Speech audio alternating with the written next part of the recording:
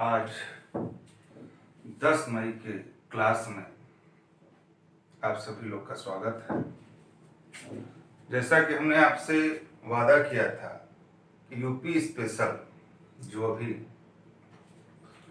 Lockdown के बाद शायद जल्दी से भर्तियां, चूंकि चुनाव भी है तो किसी राज्य में भर्ती आए या ना आए, हमने पहले भी कहा था, लेकिन यूपी में भर्तियों का सिलसिला जारी रहेगा।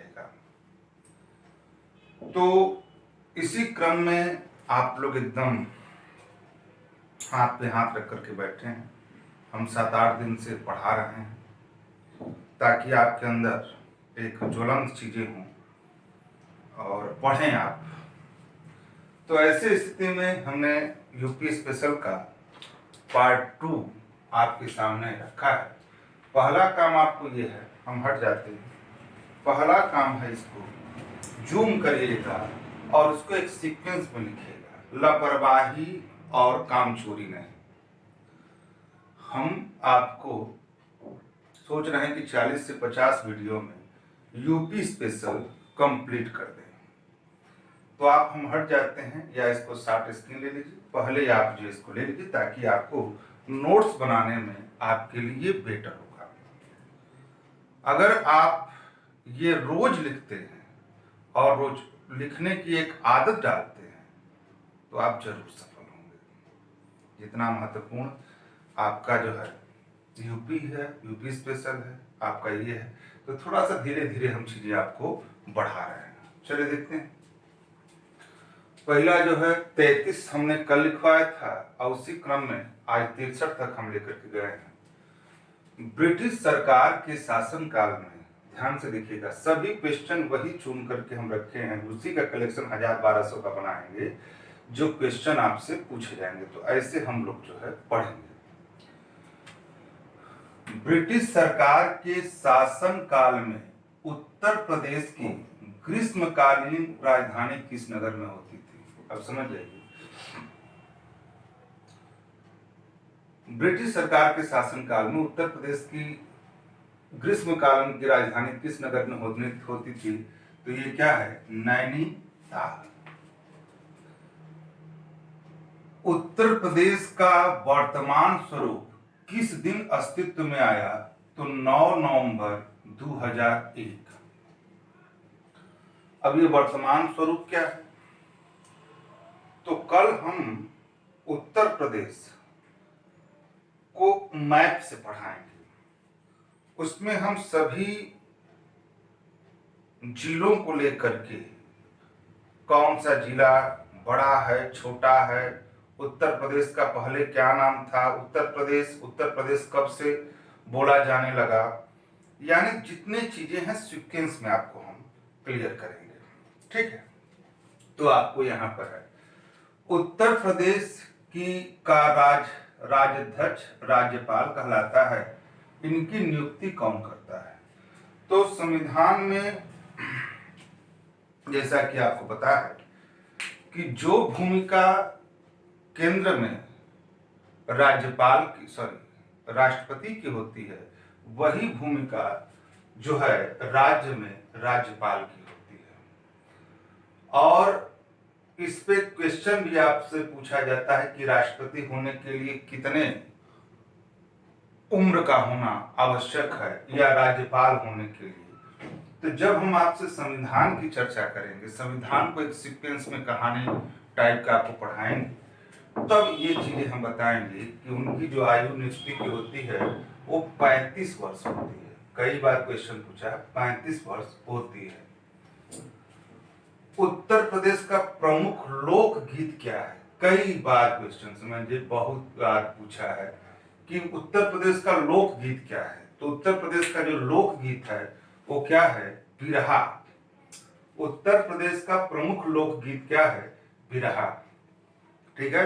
भर्तियां आए, लॉकडाउन के बाद भर्तियों का सिलसिला जारी हो, इससे पहले अपने आप को प्रिपेयर करिए, नहीं तो फिर रोना पड़ेगा। और आप घर पर एक पॉइंट भी नहीं पढ़ रहे हैं। बहुत बच्चे हमको फोन करके कह रहे हैं कि सर आपने जो चला दिया वो हम लोग के लिए पढ़ने के लिए एक प्रेरणादायक काम हुआ, यानी एक प्रेरक का काम हुआ।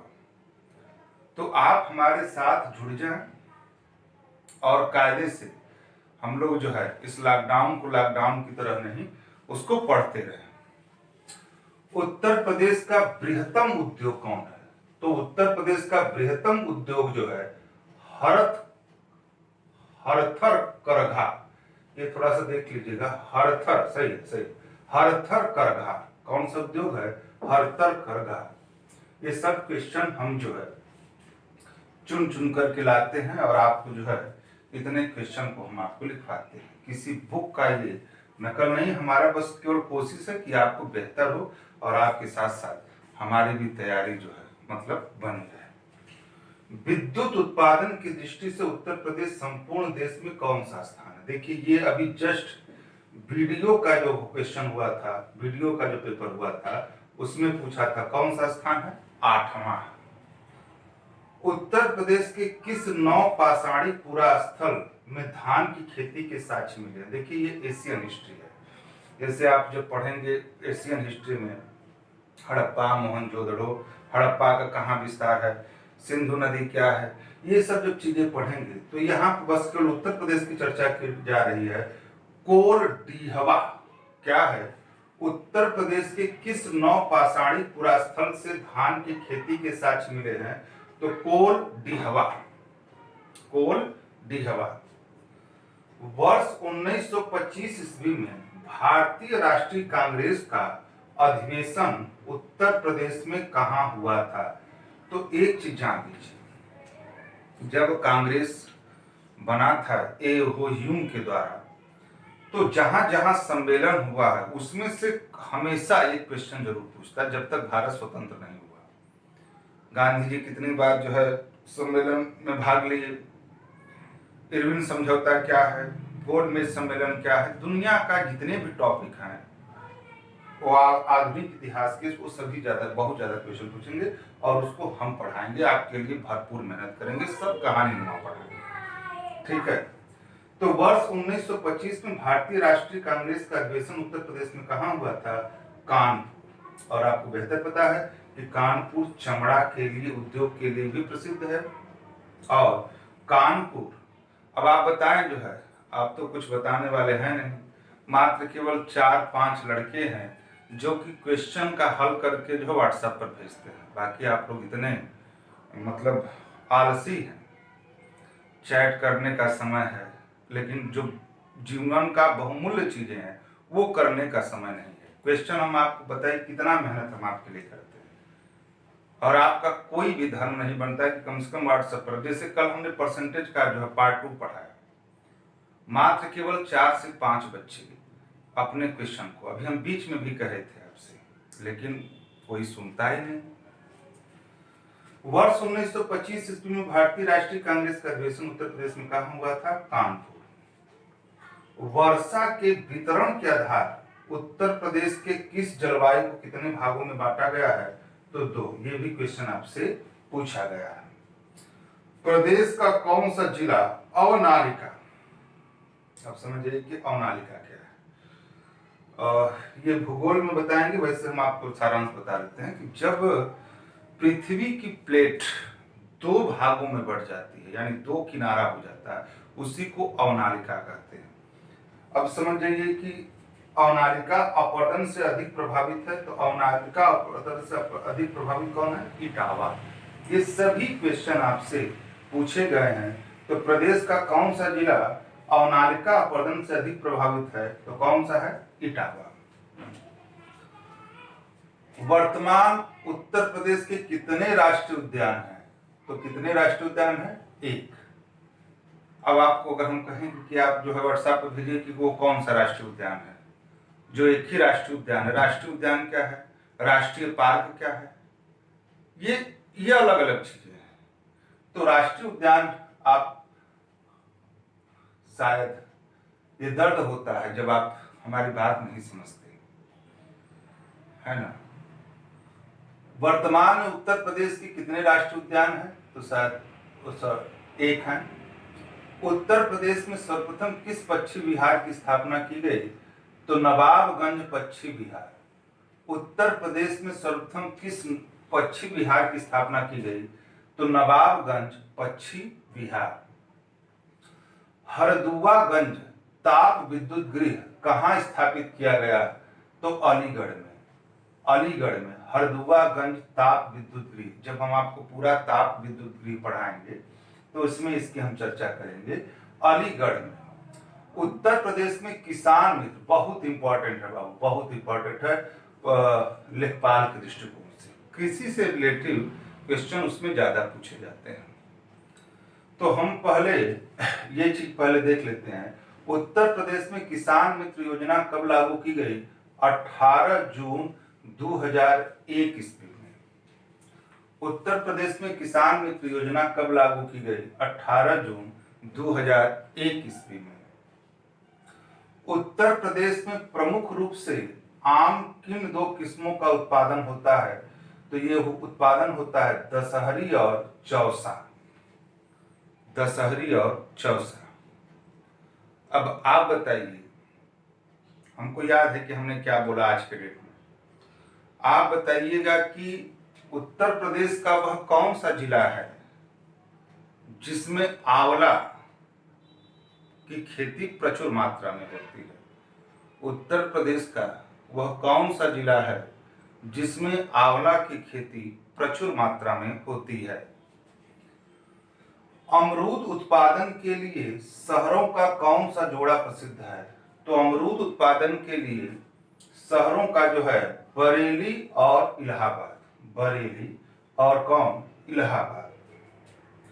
उत्तर प्रदेश में किस स्थान पर रेशमी साड़ियां बनाई जाती हैं? अब समझ जाइए कि रेशमी साड़ियां बनाई जाती हैं तो वो कौन सा जिला है? आपका मेरठ। कौन सा है? मेरठ। ठीक। उत्तर प्रदेश में राज्य स्तरीय खेल का आयोजन, ये तो खेल वाला जो चीज है बहुत इंपॉर्टेंट होता है। खेल की जो बातें हैं बहुत ज्यादा इंपॉर्टेंट होती हैं। उत्तर प्रदेश में राज्य स्तरीय खेल का आयोजन प्रथम बार कब किया गया? तो वर्ष 2005-2006। कांच उद्योग के लिए उत्तर प्रदेश में कौन सा नगर विख्यात है?